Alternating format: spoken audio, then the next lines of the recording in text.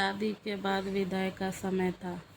नेहा अपनी माँ से मिलने के बाद अपने पिता से लिपटकर रो रही थी और वहाँ मौजूद सभी लोगों की भी आंखों में आंसू थे। उस समय नेहा ने घूंघट निकाला हुआ था और अब उसका विदा होकर ससुराल जाने का समय हो गया था। तो जैसे ही नेहा रोते हुए कार में बैठने लगी, तभी उसकी छोटी बहन रोती हुई उससे दोबारा लिपटकर रोने लगी। तभी गाड़ी के पास खड़े नेहा के पति अविनाश से उसका दोस्त दिनेश कहता है, अरे यार अविनाश, यहाँ से घर पहुँचते ही सबसे पहले होटल अमृत बाग पहुँचकर एक बढ़िया सा खाना खाएंगे, क्योंकि यहाँ तेरे ससुराल में तो एकदम घटिया खाना था। ऐसा खाना तो हमारे यहाँ कुत्तों को भी नहीं खिलाते।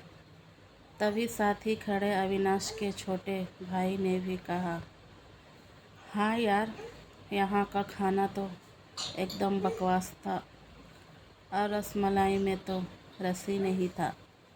ये कहते हुए वो तीनों ही जोर से हंस रहे थे। तभी नेहा के पति अविनाश ने भी अपने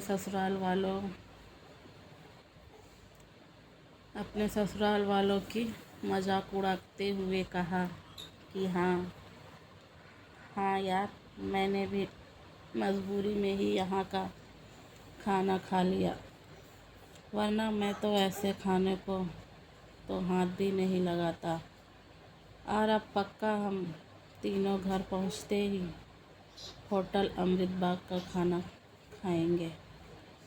अपने पति के मुंह से ऐसी बातें सुनकर नेहा कार में बैठती बैठती रुक गई और उसने गुस्से में सबके सामने अपना घूंघट हटाते हुए कार के दरवाज़ों को ज़ोर से बंद किया और आंखों में आंसू लिए नेहा अपने पिताजी के पास चली गई और उनका हाथ पकड़कर उनसे ये कहा कि पिताजी, मैं ससुराल नहीं जाऊंगी, मुझे ये रिश्ता बिल्कुल मंजूर नहीं है। ये बात नेहा ने इतनी ज़ोर से कहा कि सब लोग उसकी बात सुनकर हक्के बक्के रह गए। सब लोग नेहा के नज़दीक आ गए और नेहा के ससुराल वाले पर तो जैसे पहाड़ ही टूट पड़ा हो। वजह क्या थी, ये किसी को भी समझ नहीं आ रहा था। तभी नेहा के ससुर राधे श्याम जी ने आगे बढ़कर नेहा से पूछा कि नेहा बेटी, बात क्या है? तुम अचानक ही शादी होने के बाद अपनी विदाई होने के समय यूँ शादी को नामंजूर कर रही हो। तभी नेहा कुछ देर चुप रहने के बाद अपनी आंखों में आंसू लिए अपने ससुर से बोली कि बाबूजी, आपको पता है मेरे माता पिता ने अपने सभी सपनों को मारकर हम सभी बहनों को इतना पढ़ाया लिखाया और काबिल बनाया, और आप जानते हैं कि एक बाप के लिए उसकी बेटी क्या मायने रखती है। वैसे आप और आपका बेटा कभी नहीं जान सकते, क्योंकि बाबूजी, आपके घर में तो कोई बेटी है ही नहीं। और आप जानते हैं मेरी शादी में आने वाले बारातियों के लिए खाने पीने की एक भी कमी ना रह जाए, इसलिए मेरे पिताजी पिछले 3 महीने से रात को 2 से 3 बजे तक जागकर मेरी माँ के साथ ये योजना बनाते थे कि रसोइया कौन होगा और खाने में बारातियों के लिए किस किस तरह का खाना बनवाना है और बारातियों को कहाँ बिठाना है, ताकि कहीं किसी को बुरा ना लग जाए। और शायद आप नहीं जानते कि मेरी माँ ने पिछले 1 साल से एक भी नई साड़ी नहीं खरीदी, क्योंकि मेरी शादी में पैसों की कोई कमी ना हो जाए। और आज भी मेरी शादी में भी मेरी माँ मेरी बड़ी बहन की साड़ी पहनकर खड़ी है। और ये तो कुछ भी नहीं, मेरे पिताजी भी 150 रुपये की इस शर्ट के नीचे कई छेद वाली बनियान पहनकर खड़े हैं। और ये सब सिर्फ इसलिए ताकि मेरी शादी में कोई कमी ना रह जाए। लेकिन इतनी मेहनत करने के बावजूद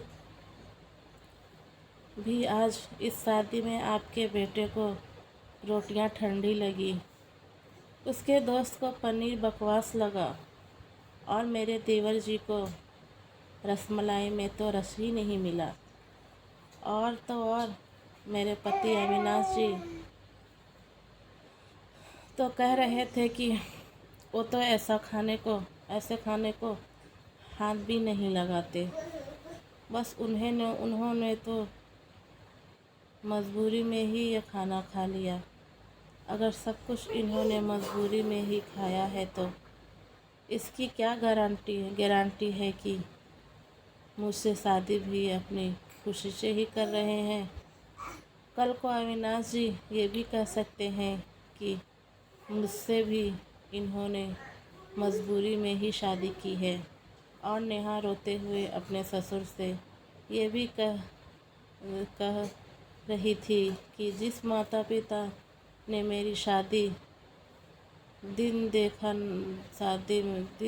ना रात बस शादी की तैयारियों में लगे रहे, उन माता पिता पर आज आपके बेटे और उनके दोस्त यूं ज़ोर ज़ोर से हंस रहे हैं और उनकी इतनी बेइज्जती कर रहे हैं।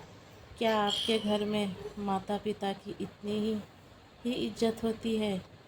तभी नेहा के ससुर ने कहा कि बेटी, इतनी छोटी सी बात पर तो इतना नाराज़ हो गए। तो नेहा ने अपने ससुर की बात को काटते हुए कहा कि बाबूजी, ये छोटी सी बात नहीं है। अगर शादी के बाद मैं भी आपकी इज्जत ना करूँ तो आपको कैसा लगेगा?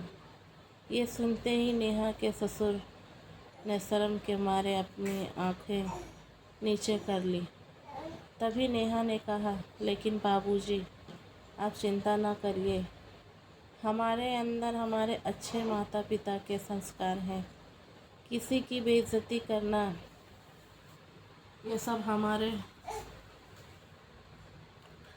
माता पिता ने हमें कभी सिखाया ही नहीं। ये सुनते ही नेहा के पिताजी दयाशंकर जी ने आंखों में आंसू लिए, अपनी बेटे को गले से लगा लिया, उससे कहा कि बेटी, मुझे गर्व है कि तू मेरी बेटी है, और अब तू शांत हो जा। बेटी, तुझे मेरी कसम, तू इन्हें माफ़ कर दे और खुशी खुशी अपने ससुराल चली जा। तभी नेहा का पति अविनाश भी नेहा के पिताजी और नेहा से हाथ जोड़कर माफ़ी मांगता है और ये कहता है कि बाबूजी, मुझे माफ़ कर दो, सारी गलती मेरी ही है, लेकिन आज आपकी बेटी ने मुझे एक पिता की इज्जत करना सिखा दिया, और आज के बाद मैं हर किसी के माता पिता की हमेशा इज्जत करूँगा।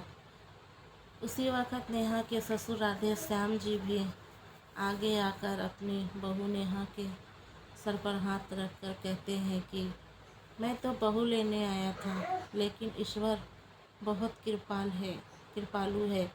उसने मुझे बहू के रूप में एक बेटी दे दी, और वो भी इतने अच्छे संस्कार वाली, जो कि माता पिता का भी इतना सम्मान करती है। और अब बेटी, मेरे कहने से इन नालायकों को माफ़ कर दे, मैं हाथ जोड़ता हूँ तेरे सामने।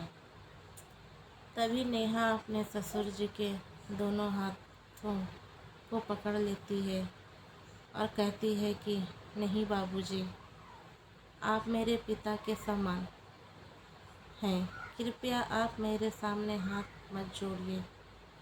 तभी नेहा के पिताजी दयाशंकर जी भी कहते हैं कि समधी जी, आप मेरी बेटी के सामने हाथ जोड़कर कृपया हमें शर्मिंदा मत कीजिए।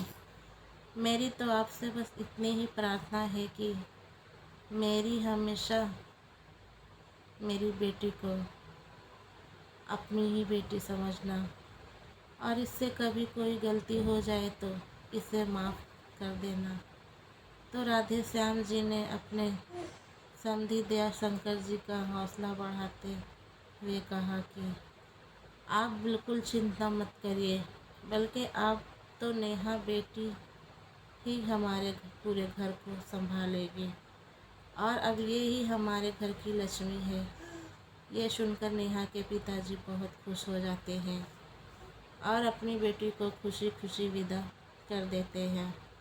और नेहा अब राजी खुशी अपने ससुराल रवाना हो गई थी और अपने पीछे छोड़ गई थी आंसुओं से भीगे हुई अपनी माँ और पिताजी की आंखें, और अपने पिता का वह आंगन जिस आंगन में कल तक वह खूब हंसती खेलती थी। दोस्तों, आपको ये कहानी कैसी लगी? अगर अच्छी लगी तो कमेंट्स में ज़रूर बताएं और अपने दोस्तों के साथ शेयर करें और हमारे चैनल को सब्सक्राइब करें। धन्यवाद।